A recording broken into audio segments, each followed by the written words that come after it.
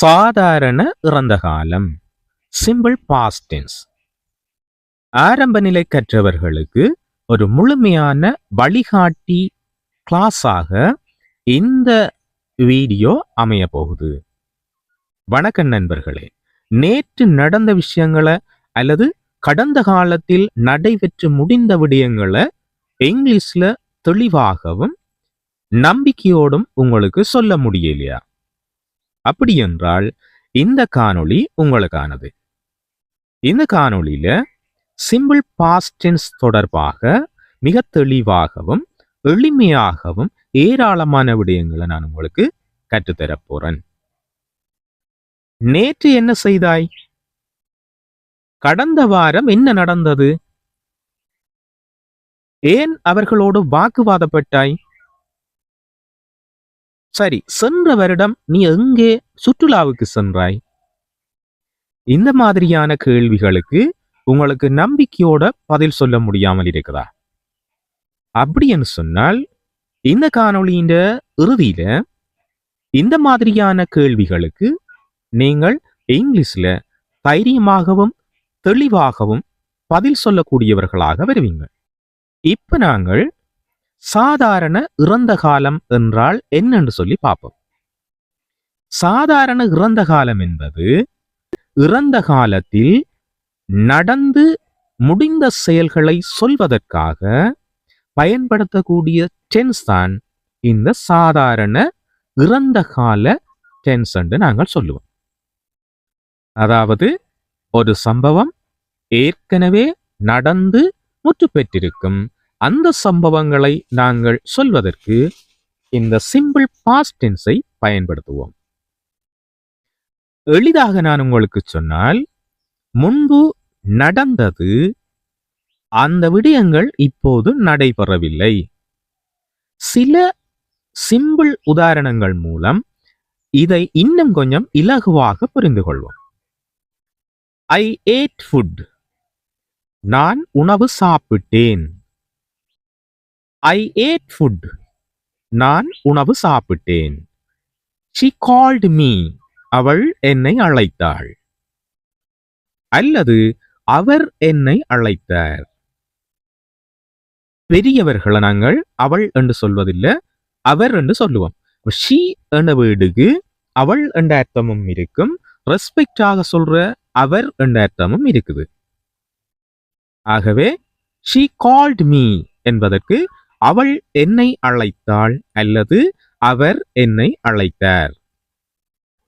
They went home. அவர்கள் வீட்டிற்கு சென்றார்கள். இந்த சென்டென்சஸ்ல இருந்து எல்லா செயல்களையும் எடுத்து பார்த்தீங்களா, அதாவது ஆக்சன்ஸ் எல்லாத்தையும் கவனிச்சு பார்த்தீங்களா, இந்த ஆக்சன்ஸ் எல்லாமே நடந்து முடிவடைந்து விட்டது. சாப்பிட்டேன், அழைத்தார், சென்றார்கள், எல்லாத்தையும் அவதானிச்சு பாருங்க. எல்லா ஆக்சன்ஸும் நடந்து முடிவடைந்திருக்கின்றது. இவ்வாறான சென்டென்சஸ் தான் நாங்கள் சிம்பிள் பாஸ்ட் டென்ஸினூடாக வெளிப்படுத்துவோம். சரி, அடுத்த விஷயத்தை பார்ப்போம். அடுத்ததாக நாங்க பார்க்க போறது சிம்பிள் பாஸ்ட் டென்ஸினுடைய சென்டென்ஸ் அமைப்பு, அதாவது ஃபார்முலா. எந்த ஒரு டென்ஸையும் நீங்கள் கற்றுக்கொள்ளும் போது அந்த டென்ஸினுடைய சென்டென்ஸ் அமைப்பை கற்றுக்கொள்ள வேணும். அப்பதான் நாங்கள் கிராமர் மிஸ்டேக் இல்லாத சென்டென்சஸை ஈஸியா கிரியேட் பண்ணக்கூடியதாக இருக்கும். சரி, சிம்பிள் பாஸ்ட் டென்ஸினுடைய ஃபார்முலா என்னன்னு இப்ப நாங்கள் பார்ப்போம். பாசிட்டிவ் சென்டென்சஸ்க்குரிய ஃபார்முலா என்னன்னு பார்த்தீங்கன்னா, subject plus verb plus object. Subject plus verb plus object. இனி நாங்கள் சப்ஜெக்டையும் வேர்பையும் எடுத்துக்கொள்வோம். சப்ஜெக்ட் எழுவாய், verb வினைச்சொல். இந்த வினைச்சொல்லை நீங்கள் பயன்படுத்துகின்ற போது வினைச்சொல் இறந்த கால வடிவத்தில் பயன்படுத்த வேண்டும். சப்ஜெக்டோட பிளஸ் வேர்பை பயன்படுத்தும் போது வேர்பினுடைய இறந்த கால வடிவத்தை பயன்படுத்த வேண்டும். இப்ப நாங்கள் இந்த விஷயத்தை விளங்கிக் கொள்றதுக்காக சில உதாரணங்களை பார்ப்போம். ஐ பிளேட், நான் விளையாடினேன். ஐ பிளஸ் பிளேட் என்று வந்திருக்கு. பிளே என்றது நிகழ்கால வடிவம் வினைச்சொல்லுன்ற, பிளேட் என்றா வினைச்சொல்லினுடைய இறந்த கால வடிவம். ஸோ நெக்ஸ்ட் எக்ஸாம்பிளை பாருங்க. She watched, அவள் பார்த்தாள். We finished, நாங்கள் முடித்தோம். We finished, நாங்கள் முடித்தோம். இதில் வினைச்சொல்ல மட்டும் இறந்த கால வடிவமாக நீங்கள் மாத்தி பாவிச்சீங்கன்னா அது சிம்பிள் பாஸ்ட் டென்ஸ் ஆக மாறும். இந்த உதாரணங்கள்ல இருந்து இந்த விஷயங்களை நீங்கள் ஈஸியா கேட்ச் பண்ணியிருப்பீங்க. திரும்பவும் இருக்கா சிம்பிள் பாஸ்ட் டென்ஸின் பாசிட்டிவ் ஃபார்முலா என்னன்னு பார்த்தீங்கன்னா subject plus verb, verb past tense formula இருக்க வேணும். ஓகே, அடுத்ததா நாங்கள் நெகட்டிவ் சென்டென்ஸுக்குரிய ஃபார்முலாவை பார்ப்போம். அதாவது எதிர்மறை வாக்கியங்களினுடைய ஃபார்முலா. இந்த ஃபார்முலா எப்படி வரும்னு சொன்னால் first subject plus did not plus verb. இந்த இடத்துல நீங்கள் வேர்பை பேஸ் ஃபார்மா தான் பயன்படுத்த வேணும். இல்லை என்று சொன்னால் அது ஒரு பிழையான சென்டென்ஸாக போய்விடும். எழுவாய் பிளஸ் டிட் நாட் பிளஸ் வினைச்சொல்லின் நிகழ்கால வடிவம். இப்ப நாங்கள் உதாரணங்களை பார்த்தோம்னு சொன்னால் ஐ டிட் நாட் கோ, நான் போகவில்லை. she did not call, அவள் அழைக்கவில்லை. இம்போர்ட்டன்டான ஒரு விஷயம் உங்களுக்கு சொல்லித்தாரன். இந்த தவறு பொதுவா அநேகமானவர்கள் விடுகின்ற ஒரு தவறு இந்த டென்ஸ்ல சென்டென்சஸை பயன்படுத்தும் போது. அதாவது நெகட்டிவ் சென்டென்சஸை பயன்படுத்தும் போது அநேகமானவர்கள் செய்கின்ற ஒரு பொதுவான தவறாக இது இருக்குது. இந்த தவறை நீங்கள் செய்ய வேண்டாம். இதற்காக நான் ஒரு தனி காணொளியே பதிவேற்றி இருக்கிறேன். வசனத்துல டிட் நாட் வந்தால், அதாவது சென்டென்ஸ்ல டிட் நாட் வந்தால் வினைச்சொல் இறந்த கால வடிவத்தில் பயன்படுத்தக்கூடாது. இந்த விஷயத்தை நீங்கள் கவனமாக நினைவில் வச்சுக் கொள்ளுங்க. ஒரு சென்டென்ஸ்ல டிட் அல்லது டிட் நாட் வந்தால் நீங்கள் அந்த சென்டென்ஸ்ல வார வினைச்சொல்லினுடைய இறந்த கால வடிவத்தை பயன்படுத்தக்கூடாது. அது இறந்த கால சென்டென்ஸாக இருந்தாலும் டிட் என்பது காலத்தை காட்டுவதற்காக ஏற்கனவே வந்துவிட்டது.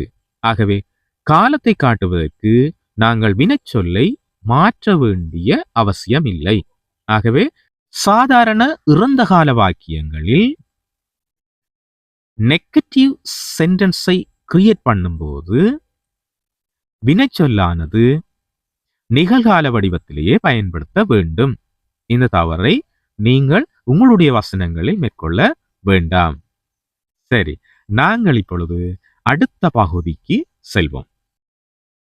அடுத்ததாக நாங்க பார்க்க போறது இன்ட்ரோகேட்டிவ் சென்டென்ஸினுடைய ஃபார்முலா, அதாவது கேள்வி வாக்கியங்களுக்கான ஃபார்முலா என்னன்னு பார்க்க போறோம்.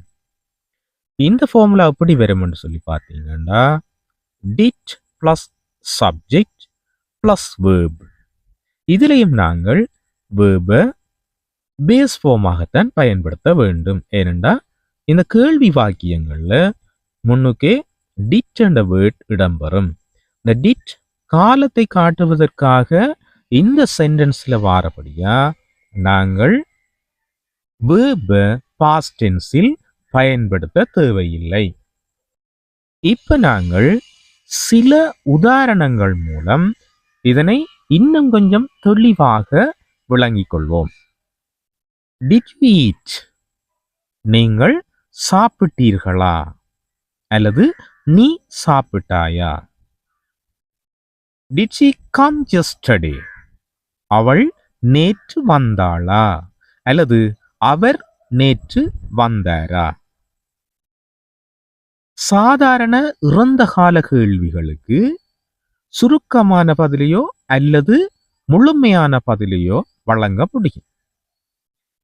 காணொளியின் ஆரம்பத்தில் நான் சொல்லியிருந்தேன், நான் கேட்ட கேள்விகளுக்கு உங்களுக்கு தெளிவாக அல்லது தைரியமாக பதில் சொல்ல முடியாமல் இருக்குதோ என்ற கேள்வியை எழுப்பியிருந்தேன்.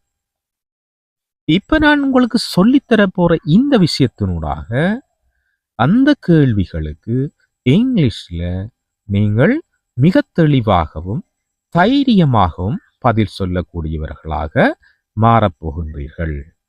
அந்த பதில்கள் என்ன? இந்த சிம்பிள் பாஸ்ட் டென்ஸ் கேள்விகளுக்கு இலகுவாக நாங்கள் சுருக்கமான பதில்களை அளிக்க முடியும்.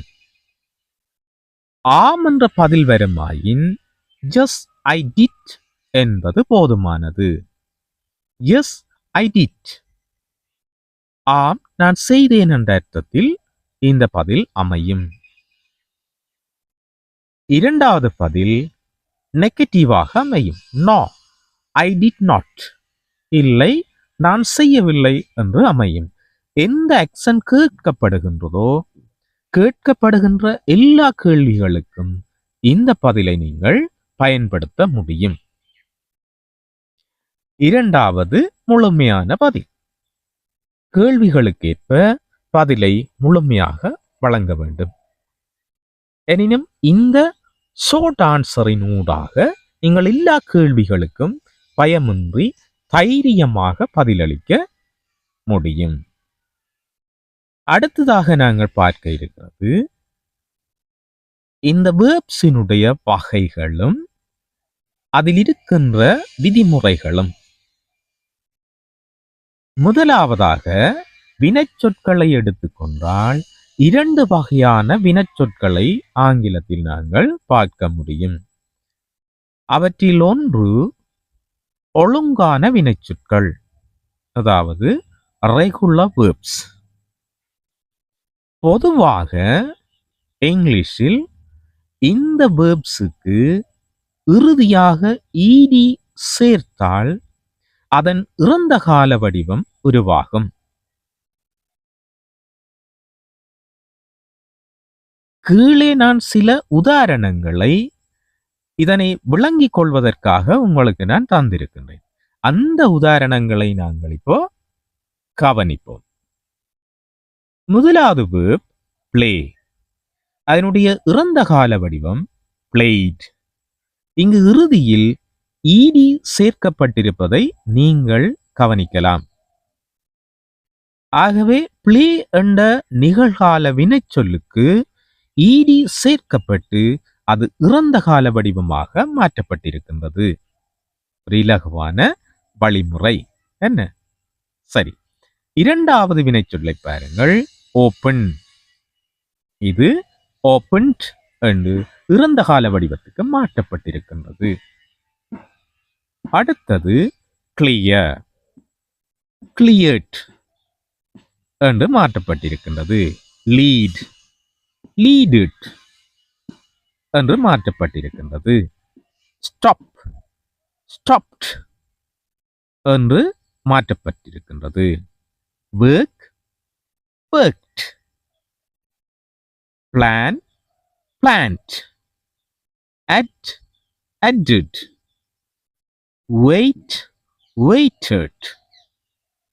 ஆகவே வினைச்சொற்கள் 2 வடிவங்களில் அமையும்.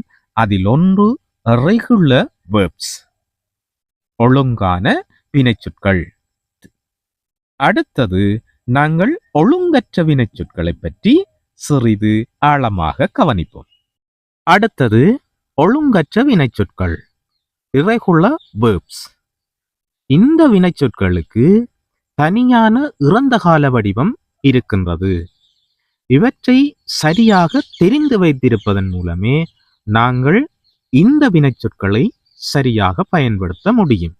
ஏனெனில் ஒழுங்கான வினைச்சொற்களுக்கு இறுதி பகுதியில் ஈடி சேர்ப்பதன் மூலம் அந்த சொற்களை இறந்த கால வடிவத்துக்கு மாற்றிக்கொள்ளலாம். எனினும் ஒழுங்கற்ற வினைச்சொற்களுக்கு அவ்வாறு செய்ய முடியாது. இங்கு ஒவ்வொரு ஒழுங்கற்ற வினைச்சொல்லுக்கும் இறந்த கால வடிவம் வெவ்வேறு வடிவங்களில் காணப்படும். அவற்றை நாங்கள் படித்து அறிந்து வைத்திருப்பதன் மூலமே தெளிவாக பயன்படுத்திக் கொள்ளலாம். அவ்வாறான சில வினைச்சொற்களை இங்கே உதாரணத்திற்காக உங்களுக்கு தந்திருக்கின்றேன். அவற்றை அவதானிப்பதன் மூலம் இவ்வாறு இருக்கின்ற வினைச்சொற்களை நீங்கள் தெரிந்து வைத்துக் கொண்டு எதிர்காலத்தில் மிகச்சரியாக சென்டென்சஸை கிரியேட் பண்ணி நீங்கள் மற்றவர்களோடு கன்வர்சேஷனில் ஈடுபடுங்கள். இப்பொழுது நாங்கள் உதாரணங்களை அவதானிப்போம். go went. go என்ற வினைச்சொல் ஈடி சேர்க்கப்பட்டு மாற்றப்படவில்லை. மாறாக went என்று வேறு ஒரு வடிவம் வந்திருப்பதை நீங்கள் அவதானிக்கலாம். eat, ate. come, came. write, wrote. do, did. win, won. see, saw. take, took. drive, drove. sing, sang. sit, sat. இந்த உதாரணங்கள் மூலம் இந்த ஒழுங்கற்ற வினைச்சொற்களினுடைய வடிவங்களை நீங்கள் அவதானித்திருப்பீர்கள். இவ்வாறான வேர்ப்ஸை நினைவில் வைத்துக் கொள்வதன் மூலமே நாங்கள் சிம்பிள் பாஸ்ட் டென்ஸில் வருகின்ற சென்டென்சஸை சரியாக கிரியேட் பண்ணிக்கொள்ள முடியும். அடுத்து காலத்தை காட்டும் சில சொற்களை பார்க்க இருக்கின்றோம். The words indicate time in the past. இந்த சொற்களை சென்டென்சஸில் பயன்படுத்தினால் சாதாரண இறந்த கால சென்டென்ஸ் ஆகவே அவை இருக்க வேண்டும். அதாவது கீழே நான் தருகின்ற இந்த டைமை காட்டுகின்ற சொற்கள் இடம்பெறுமாயின் அந்த sentence simple past tense sentence ஆக மட்டுமே இருக்க வேண்டும். அந்த சொற்கள் எவை என்று இப்பொழுது பார்ப்போம். So first word, yesterday, நேற்று. Last night, நேற்றிரவு அல்லது கடந்த இரவு என்றும் நாங்கள் கூறலாம். Last week, கடந்த கிழமை. Ago, முன்னர் அல்லது முன்பு. In 2020, 2020. எக்ஸாம்பிளுக்கு சில சென்டென்சஸ் நான் உங்களுக்கு தாரன். அந்த சென்டென்சஸை வச்சுக்கொண்டு நீங்கள் கொஞ்சம் இன்னும் கிளியராக இதை விளங்கிக் கொள்ளலாம். ஐ மெட் ஹிம் yesterday. நான் அவரை நேற்று சந்தித்தேன் அல்லது நான் அவனை நேற்று சந்தித்தேன். She left 2 hours ago. She left 2 hours ago. அவள் 2 மணி நேரத்திற்கு முன்பே புறப்பட்டாள் அல்லது அவர் 2 மணி நேரத்திற்கு முன்பு புறப்பட்டார். இந்த வசனங்களின் ஊடாக நான் ஏற்கனவே தந்திருந்த நேரத்தை காட்டும் சொற்கள் 2 சேர்த்திருக்கின்றேன். இந்த சொற்கள் அந்த வசனங்களில் சேர்க்கப்பட்டதால் இந்த சென்டென்சஸ் சிம்பிள் பாஸ்ட் டென்ஸில் மட்டுமே கிரியேட் பண்ண வேண்டும். இப்பொழுது நாங்கள் அடுத்த விடயத்தை பார்ப்போம். அடுத்து ஒரு இம்பார்ட்டன்டான விஷயத்தை பற்றி பார்க்கலாம். எங்களுடைய அன்றாட வாழ்க்கையில நாங்கள் மேற்கொள்கின்ற கன்வர்சேஷன்ல பயன்படுத்தக்கூடிய சிம்பிள் பாஸ்ட் டென்ஸ் சென்டென்சஸ் சிலவற்றை பார்க்கலாம். முதலாவது, தினசரி வாழ்க்கையில இந்த மாதிரியான சென்டென்சஸை நாங்கள் எங்களுடைய கன்வர்சேஷன்ல பயன்படுத்துவோம். எப்படியான சென்டென்சஸ் என்றா, I wake up early. I wake up early, நான் நேரத்தோடு எழுந்தேன். I missed the bus. I missed the bus, நான் பஸ்ஸை தவறிவிட்டேன். I cooked dinner. I cooked dinner, நான் இரவுணவை சமைத்தேன். I felt tired. I felt tired. நான் களைப்படைந்தேன். அடுத்து வேலை தொடர்பான அல்லது படிப்பு தொடர்பான சில உரையாடல்களில் இடம்பெறக்கூடிய சென்டென்சஸ் பார்ப்போம். அவை சிம்பிள் பாஸ்ட் டென்ஸில் அமைந்தவை. I completed the work.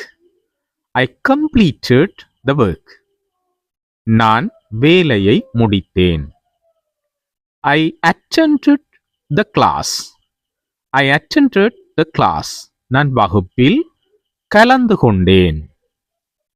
I learnt a lesson. I learnt a lesson. நான் ஒரு பாடத்தை படித்தேன். நான் ஒரு பாடத்தை படித்தேன். அடுத்தது சாதாரண உரையாடல்களின் போது நாங்கள் பயன்படுத்தக்கூடிய சில வசனங்களை பார்ப்போம்.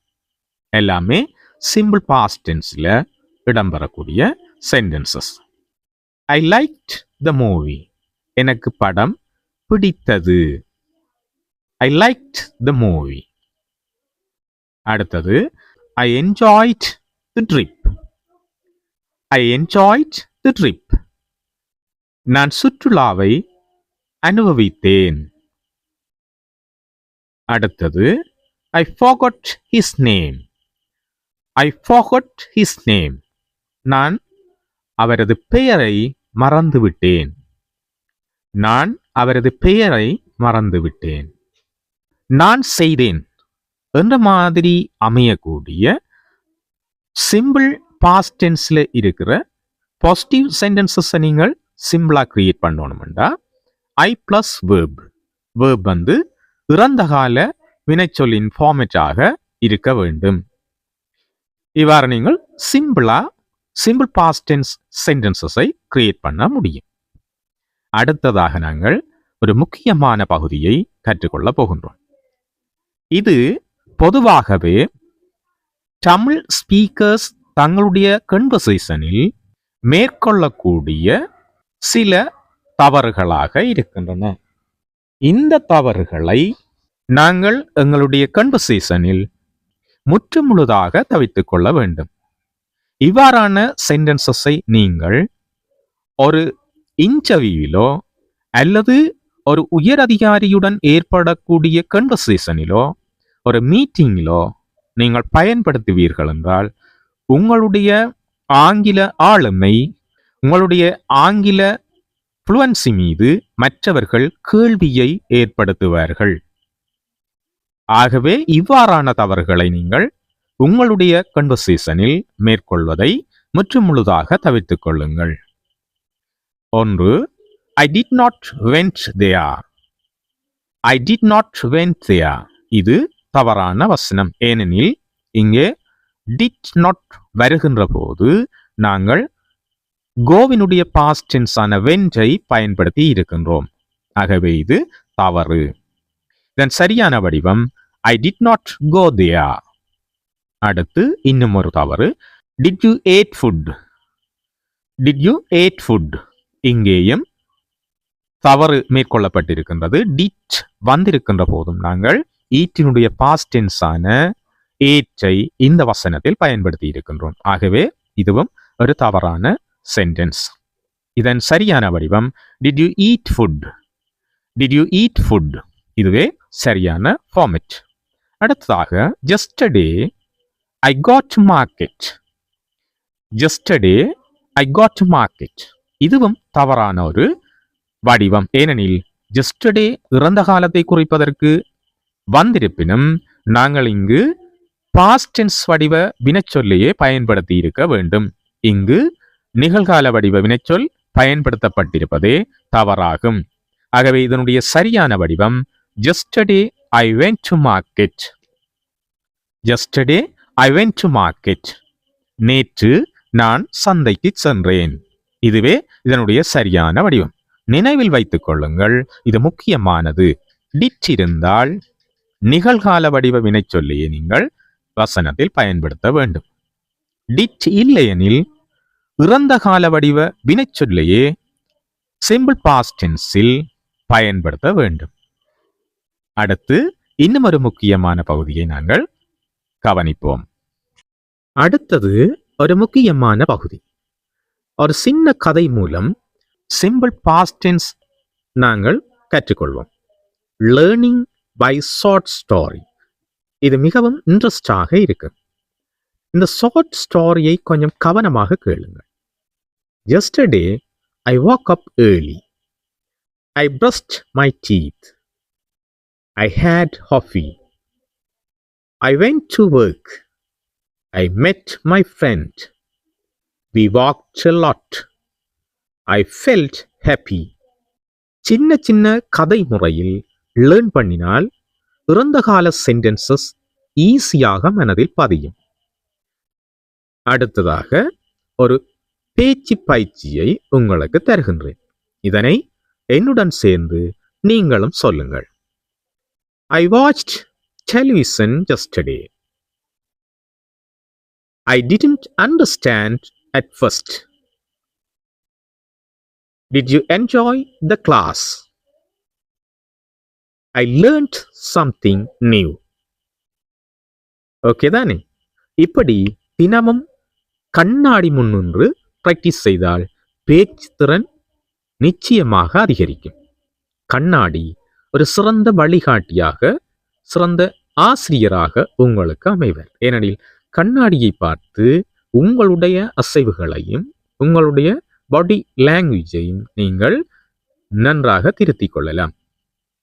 இதனூடாக உங்களுடைய ஆங்கில பேச்சு ஆற்றல் மிகவும் செம்மையாக உயரும். அடுத்த பகுதியை நாங்கள் பார்ப்போம். சரி, ஒரு நீண்ட காணொளியூடாக சிம்பிள் பாஸ்ட் டென்ஸ் தொடர்பான எல்லா விடயங்களையும் நாங்கள் கற்றிருக்கின்றோம். நண்பர்களே, ஆங்கிலம் கடினம் அல்ல, தொடர்ச்சியான பயிற்சி தான் வெற்றியை கொண்டு வரும். இன்றைக்கு நாங்கள் சிம்பிள் பாஸ்ட் டென்ஸ் தொடர்பான எல்லா விடயங்களையும் கற்றிருக்கின்றோம். அடுத்த வீடியோவில் ஃபியூச்சர் டென்ஸ் தொடர்பான எல்லா விடயங்களையும் உங்களுக்கு தர இருக்கின்றேன். அதற்கான லிங்கை இந்த காணொளியில் இணைத்திருக்கின்றேன். அதனையும் சென்று பாருங்கள். இந்த காணொளி பயனுள்ளதாக நீங்கள் நினைச்சா டாக் இங்கிலீஷ் வேஸ் சேனலை சப்ஸ்கிரைப் செய்து அந்த பெல் ஐக்கனை கிளிக் பண்ணி ஆல் அண்ட் ஆப்ஷனை கொடுத்து வைங்க. அப்பொழுதுதான் நான் பதிவேற்றம் செய்யும் காணொளிகளின் நோட்டிஃபிகேஷன் உங்களை உடனடியாக வந்து சேரும். வீடியோ பிடிச்சிருந்தா லைக் பண்ணுங்க, நண்பர்களோட காணொளியை ஷேர் பண்ணுங்க, உங்கள் நல்ல கருத்துக்களையும் பதிவிடுங்க. வீடியோ பார்த்த எல்லாருக்கும் என்னுடைய நன்றிகள். சிரிப்புடன் ஆங்கிலம் பேசலாம். மீண்டும் இன்னும் ஒரு நல்ல காணொளியில் உங்கள் எல்லாரையும் சந்திக்கிறேன். வணக்கம்.